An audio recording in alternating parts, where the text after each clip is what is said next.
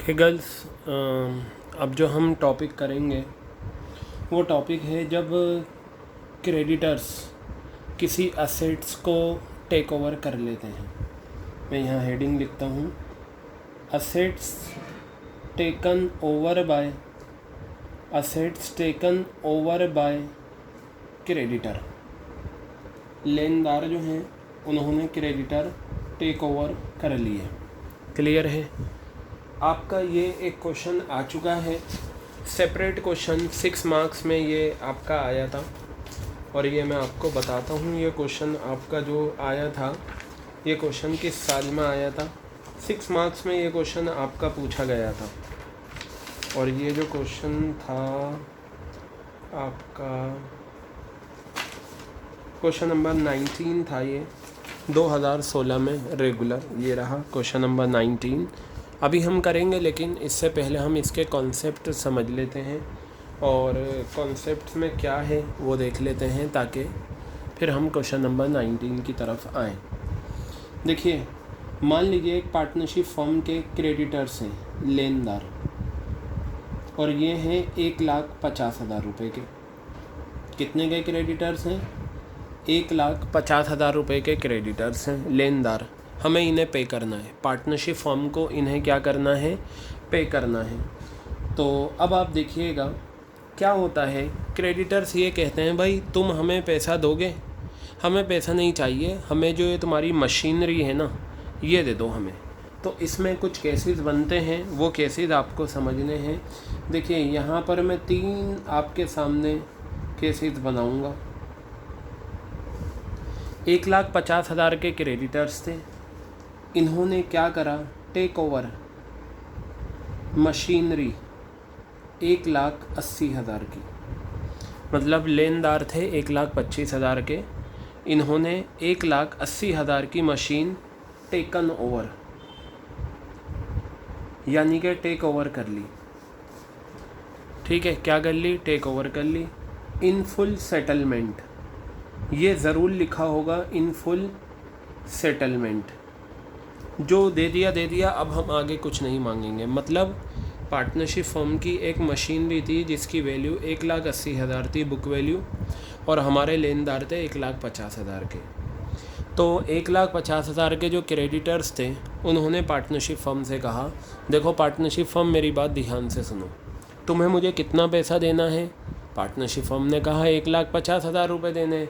तुम्हारी ये जो मशीनरी है ना 1,80,000 वाली, ये मुझे दे दो फुल सेटलमेंट, बस ये मुझे चाहिए। फुल सेटलमेंट का मतलब जो दे दिया, अब आगे कुछ नहीं मिलेगा, फाइनल हो गया। अब आप ये कहें सर पेमेंट तो हमें करनी है 1,50,000 की, मशीन वो 1,80,000 की लेकर जा रहा है, ज़्यादा वाली। देखो ध्यान से सुनो, उसकी बुक वैल्यू 1,80,000 है। अगर वो ज़्यादा में बिक गई तो क्रेडिटर्स का फ़ायदा, कम में बिकी क्रेडिटर्स का नुकसान। हमें इस तरफ ध्यान देना नहीं। अगर याद रखना, क्रेडिटर्स का अमाउंट 1,50,000 है और क्रेडिटर ज़्यादा अमाउंट की मशीनरी ले जाएं और फुल सेटलमेंट लिखा हो, क्या लिखा हो? Full settlement. तो याद रखना उस केस में क्या होती है? No entry. क्या होती है? No entry. आपको कोई एंट्री नहीं करनी। होता क्या है, एक लाइबिलिटी असेट से क्या हो जाती है? सेट ऑफ हो जाती है। क्या हो जाती है? लाइबिलिटी असेट से set of. Full settlement word का होना ज़रूरी है। मैं यहाँ 3 केसेस बनाऊँगा जहाँ क्रेडिटर्स का अमाउंट मशीनरी का अमाउंट से ज़्यादा हो, बराबर हो, कम हो।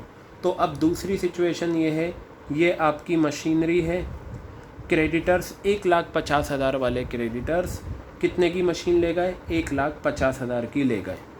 टेकन ओवर, क्या कर लिया इन्होंने? टेकन ओवर करा, और इन फुल सेटलमेंट, बस जो दे दिया। क्रेडिटर्स ने ये कहा अब आगे हम कुछ नहीं मांगेंगे, हमें ये मशीन पर दिल आ गया है, हमें ये मशीन दे दो। पार्टनरशिप फर्म ये कहेगी ठीक है, ओके। अगर कोई क्रेडिटर्स कोई मशीन ले जाए, देखिए मशीन की जगह फर्नीचर भी हो सकता है, मशीन की जगह स्टॉक भी हो सकता है, कोई ना कोई असेट्स होगी। अगर क्रेडिटर्स कोई ना कोई असेट्स ले जाते हैं और फुल सेटलमेंट वर्ड लिखा है, तो यहाँ पर भी क्या होगा?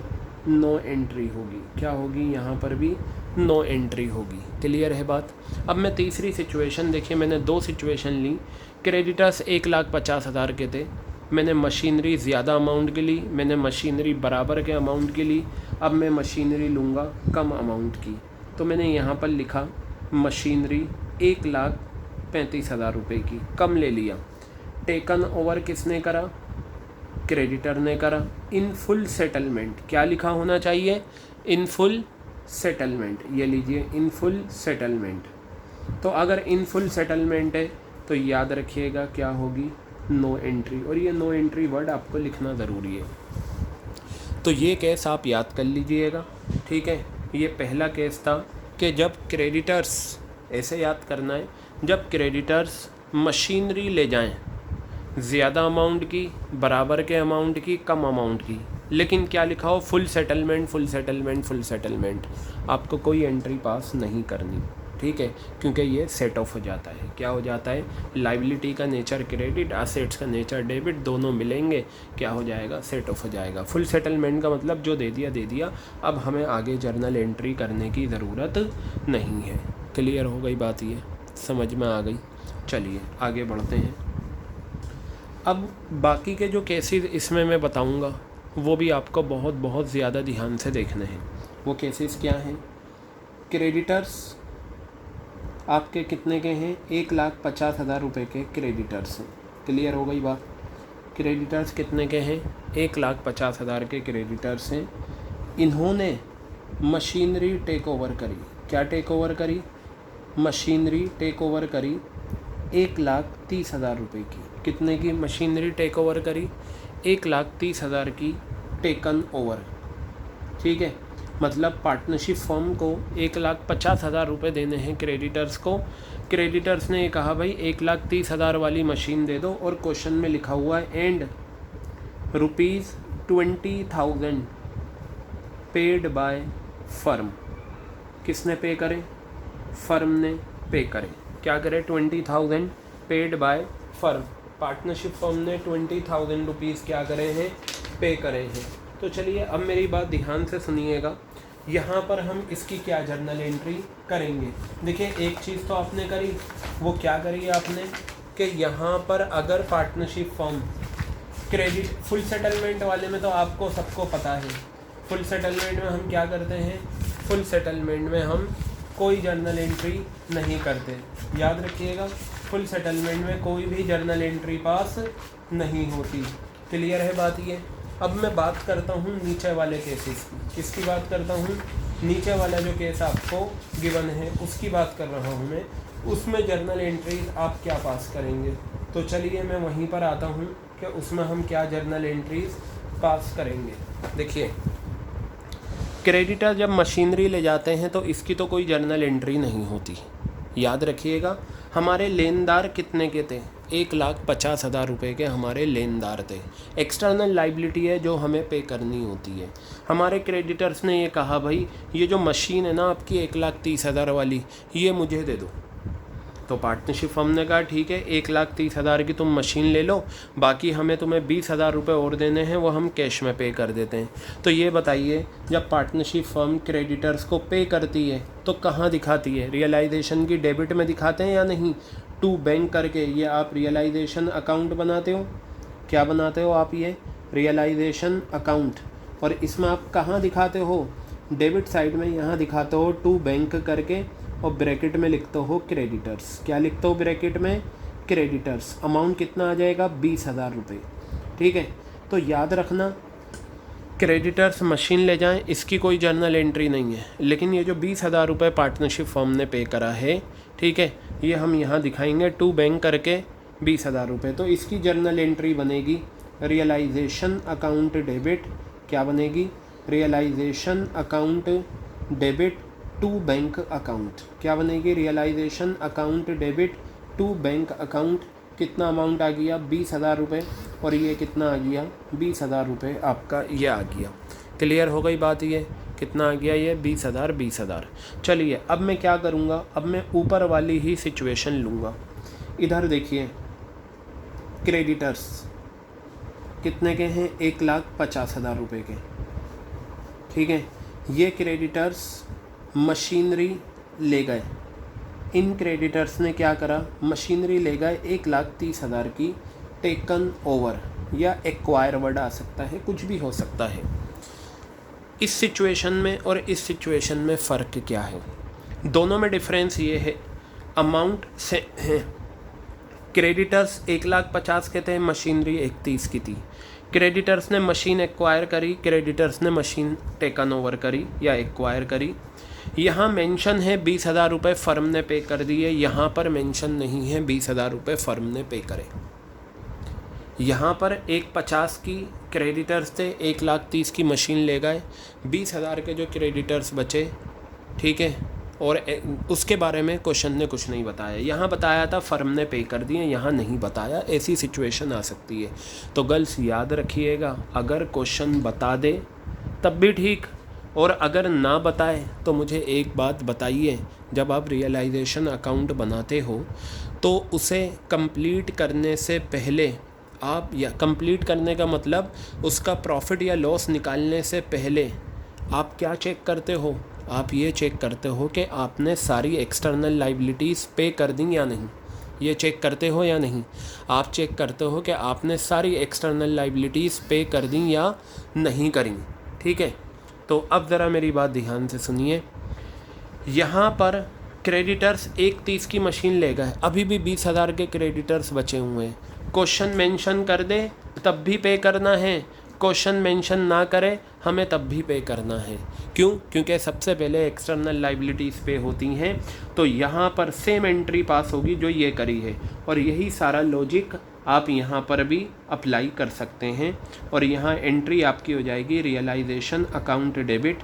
क्या हो जाएगी? Realisation account debit to bank account.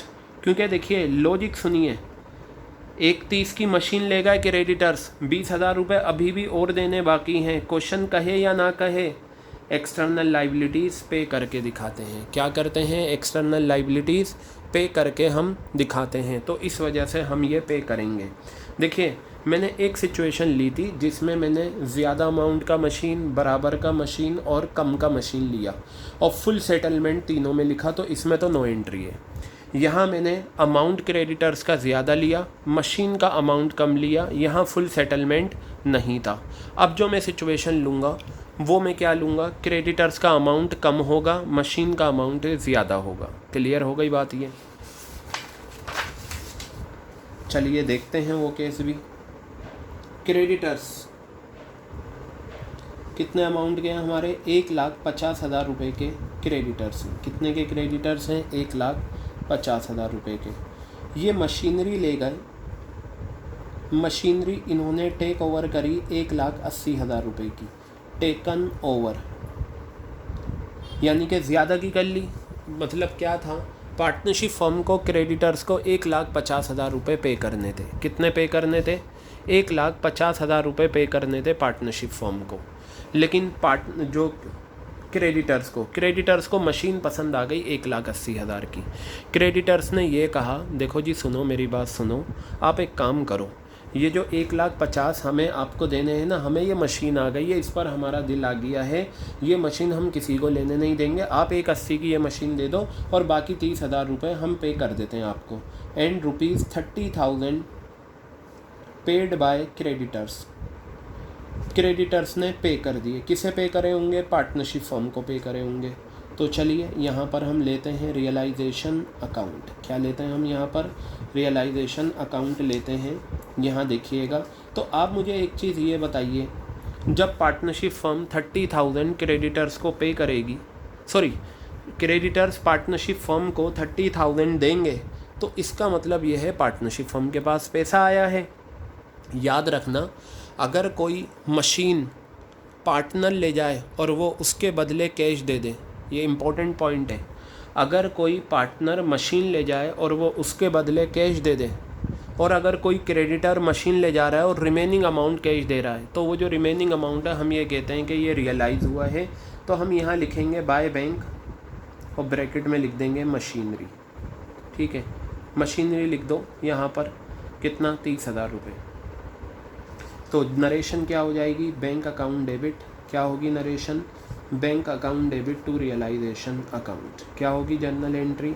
Bank account debit to realisation account ये आपकी आ गया, कितना अमाउंट आ गया 30,000 रुपये, कितना अमाउंट आ गया 30,000 रुपये, ये आपका अमाउंट आ गया। क्लियर हो गई बात ये। तो क्रेडिटर्स जो हैं 1,50,000 वाले वो ज़्यादा अमाउंट की मशीनरी ले गए। अब मैं यही केस लूँगा और ये सेंटेंस हटा दूँगा। तो देखिए क्रेडिटर्स हमारे कितने हैं, 1,50,000 रुपये के क्रेडिटर्स हैं। क्लियर हैं, कितने के क्रेडिटर्स हैं, 1,50,000 के। टेकन ओवर, क्या टेक ओवर करा इन्होंने, मशीनरी टेक ओवर करी, कितने अमाउंट की, 1,80,000 रुपये की। अब सेम लॉजिक है भाई, ये सेंटेंस नहीं है। क्रेडिटर्स 1,50 के थे, 1,80 की मशीनरी ले गए। क्वेश्चन ने नहीं बताया 30,000 रुपये ज़्यादा की जो मशीन ले गए हैं, ठीक है, वो क्रेडिटर्स ने पे करे या ना करे। देखिए अगर कम अमाउंट है और मेंशन ना हो तब तो कंपलसरी है पार्टनरशिप फर्म पे करेगी, क्योंकि एक्सटर्नल लाइबिलिटी सबसे पहले पे होंगी। लेकिन अगर ज़्यादा अमाउंट का मशीन ले जाते हैं क्रेडिटर्स और क्वेश्चन नहीं बताता, अब यहाँ क्या करें। देखिए यहाँ दो लॉजिक लगेंगे। एक तो अजम्पशन ये ली जाएगी कि क्रेडिटर्स ने पे कर दिया। क्या अजम्पशन ली जाएगी, क्रेडिटर्स ने पे कर दिए तो हम यही जर्नल एंट्री कर लेते हैं। और एक अजम्पशन ये लेके ली जाएगी कि क्रेडिटर्स ने पे नहीं करे तो हम उसमें नो एंट्री कर सकते हैं। तो मैं यहाँ लिखता हूँ here assumption will be considered. Assumption हम लेंगे क्योंकि जब सॉल्यूशन आता है ना और ये सिचुएशन होती है तो वहाँ वो ये कहते हैं कि क्रेडिटर्स ने पे कर दिया। तो क्रेडिटर्स ने पे कर दिया तो भैया फिर ये एंट्री कर दो, bank account debit to realisation account. क्या लेंगे, bank account debit to realisation account. ये जर्नल एंट्री हम कर देंगे। और अमाउंट कितना है हमारा, 30,000 का अमाउंट है। लेकिन अजम्पशन क्या ली है, अजम्पशन हमने ली है creditors paid remaining amount, creditors paid remaining amount. Clear हो गई बात। अब दूसरा जो लास्ट पॉइंट है वो ये है, अगर आपको क्वेश्चन में ये लिखा हुआ है क्रेडिटर्स एक्सेप्टेड कैश, क्रेडिटर्स ने कैश एक्सेप्ट करा, मान लो 10,000 रुपये का कैश एक्सेप्ट करा। याद रखना मेरी बात, अगर क्रेडिटर्स कोई असेट्स ले जाते हैं, machine, furniture, computer, building, stock, तो उसकी कोई एंट्री नहीं है। लेकिन अगर ये लिखा हुआ है क्रेडिटर एक्सेप्टेड कैश, क्रेडिटर ने कैश एक्सेप्ट करा, तो इसका मतलब होता है क्रेडिटर्स पेड। हमने क्रेडिटर्स को क्या कर दिया, पे कर दिया कैश। क्रेडिटर्स पेड ₹10,000, हमने 10,000 रुपये पे करे हैं क्रेडिटर्स को। और जब क्रेडिटर्स को पे करेंगे तो रियलाइजेशन की डेबिट में लिखते हैं क्या, रियलाइजेशन अकाउंट डेबिट। क्या लिखते हैं हम, realisation account debit to bank account. क्या लिखते हैं, realisation account debit to bank account. कितना अमाउंट आ गया, 10,000 रुपये, और ये कितना अमाउंट आ गया, 10,000 रुपये। बताइए क्लियर हो गई बात। तो गर्ल्स ये जो मैंने आगे पीछे पेज पर लिखा कि अगर फुल सेटलमेंट वर्ड है, अमाउंट चाहे ज़्यादा हो कम हो बराबर हो, कोई एंट्री नहीं होती। बाकी ये एक सिचुएशन है और ये एक सिचुएशन है। ये मतलब जो केसेस मैंने आपको कराए हैं ये मोस्ट इम्पॉर्टेंट केसेस है। इसका नाम क्या है, जब असेट्स ले जाएं क्रेडिटर किसी असेट्स को टेकन ओवर कर लें। तो गर्ल्स अब हम आते हैं क्वेश्चन नंबर 19 की तरफ, जो 2016 में आया था क्वेश्चन, और वो सिर्फ़ और सिर्फ क्वेश्चन किसको लेकर था, क्रेडिटर्स और इसे लेकर था। तो चलिए देखते हैं। यहाँ पर लिखा हुआ है question number 19, L.M. Were partners in a firm sharing profits in the ratio of 2:3। दो पार्टनर हैं L और M, 2:3 का रेशो है। 28 फरवरी को फर्म डिसॉल्व हो गई। सारी एसेट ट्रांसफ़र करने के बाद, कैश को छोड़कर सारी लाइबिलिटीज़ दिखाने के बाद रियलाइजेशन में क्या गिवन है, एक क्रेडिटर थे 1,40,000 के। देखिए मैं यहाँ फिगर भी बना देता हूँ, हालांकि मुझे बनाने की ज़रूरत नहीं है, सिर्फ आपको समझाने के लिए बना रहा हूँ। क्रेडिटर्स 1,40 के थे, इन्होंने बिल्डिंग एक्सेप्ट कर ली।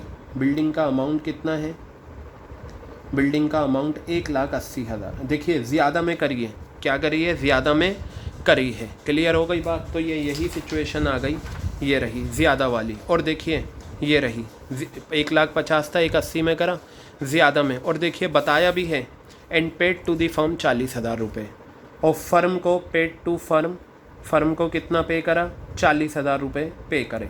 तो ये जो सिचुएशन 40,000 एक्स्ट्रा, देखिए एक 40 था, एक 80 की मशीन ले ली, 40,000 रुपये एक्स्ट्रा पे करे हैं पार्टनरशिप फर्म को क्रेडिटर्स ने, ये वाली सिचुएशन है। और bank account debit to realisation journal entry इसकी हो जाएगी। तो पहले पार्ट की जो जर्नल एंट्री हमारी होगी वो क्या होगी, बैंक अकाउंट डेबिट, क्या लिखेंगे हम, bank account debit to realisation account, क्या लिखेंगे हम, bank account debit to realisation account. ये आ गया कितना, 40,000 रुपये, और ये अमाउंट आ गया आपका 40,000 रुपये, ये अमाउंट आ गया। बताइए क्लियर हो गई बात। अब मैं बात करता हूँ सेकंड केस की, ये रहा सेकंड केस है। अब सेकंड क्रेडिटर 30,000 रुपये के क्रेडिटर्स थे, कितने के क्रेडिटर्स थे, ये 30,000 रुपये के क्रेडिटर्स थे। ये लीजिए क्रेडिटर्स कितने के थे, 30,000 रुपये के क्रेडिटर्स थे। ये मेरा पहली जर्नल एंट्री की कैलकुलेशन हो गया। अब मैं दूसरे का कर रहा हूँ। ये मेरे क्रेडिटर्स हैं 30,000 के, एक्सेप्टेड मशीनरी, इन्होंने मशीनरी एक्सेप्ट करी। मशीनरी कितने की है, 28,000। एक्सेप्टेड का हो, टेकन ओवर का हो, एक्वायर्ड का हो, एक ही बात है। इन फुल सेटलमेंट, जहाँ फुल सेटलमेंट आ जाए ना, आपको कुछ सोचना ही नहीं, बस क्या लिखना है, नो एंट्री। अब देखिए क्या हुआ था, जिस साल ये जर्नल आया था क्वेश्चन, बच्चों ने कहा भाई नो एंट्री होगी, उन्हें पता है, लेकिन उन्होंने लिखना भूल गए। नो एंट्री वर्ड यहाँ ये नहीं लिखा। जर्नल एंट्री का जो फॉर्मेट है पर्टिकुलर्स वाला, जब ये एंट्री करी होगी उसके बाद 2 नंबर डाला, तो वहाँ नो एंट्री लिखना भूल गए, और नो एंट्री ना लिखने की वजह से उनका 1.5 मार्क्स चला गया, क्योंकि इस क्वेश्चन में 4 पार्ट थे और ये 6 नंबर का क्वेश्चन था, तो 1.5 मार्क्स चला गया। तो अगर कहीं पर भी जर्नल एंट्री में नो एंट्री आ रहा है, आप वो नो एंट्री लिख देना। क्लियर हो गई बात।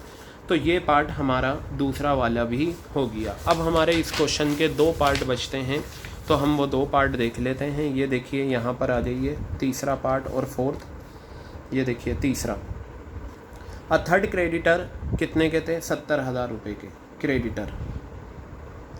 क्रेडिटर कितने के हैं, 70,000 रुपये के क्रेडिटर हैं, ये आ गए।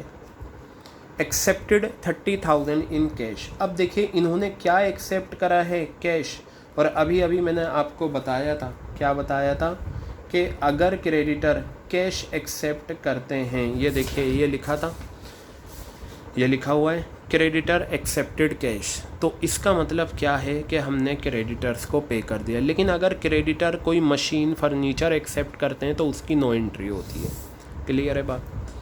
तो यहाँ पर क्रेडिटर्स ने एक्सेप्ट करा 30,000 रुपये का कैश, और आगे बताया क्या लिखा हुआ है, and investment of book value 45,000 in full settlement of his claim.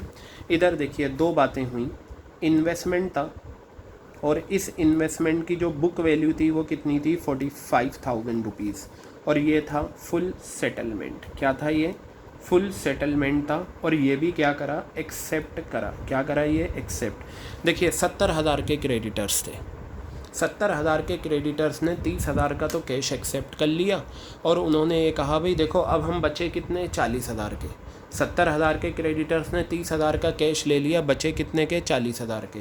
जो 40,000 के क्रेडिटर्स बचे हैं, उन्होंने कहा भाई ये इन्वेस्टमेंट हमें दे दो 45,000 वाला, फुल सेटलमेंट, जो हो गया वो फाइनल। मैंने आपको बताया, आप याद रखिए, कोई सी भी असेट्स ले जाए, ज़्यादा में, कम में, बराबर में, फुल सेटलमेंट है, नो एंट्री। तो इसकी तो नो एंट्री होगी, इस पार्ट की क्या होगी, नो एंट्री होगी। ये आपकी नो एंट्री, यहाँ मैं लिख रहा हूँ, मैं फॉर्मेट में भी लिखूँगा। इसकी एंट्री कर दो, इसकी जर्नल एंट्री होगी क्रेडिटर्स को पे करने वाली, realisation account debit to bank account. क्या होगी, realisation account debit to bank account. ये जर्नल एंट्री होगी आपकी क्रेडिटर्स को पे करने वाली 40,000 रुपये, और ये जर्नल एंट्री होगी 40,000 रुपये। बताइए क्लियर हो गई बात ये। उसके बाद आप चाहें तो यहाँ लिख सकते हैं नो एंट्री। दूसरे पार्ट में क्या हो जाएगी, नो एंट्री आपकी हो जाएगी। क्लियर हो गई बात।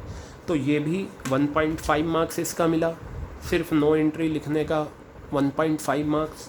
और ये भी आपका 1.5 मार्क्स। लास्ट है वो तो बहुत ही सिंपल है, लॉस को बांटना है।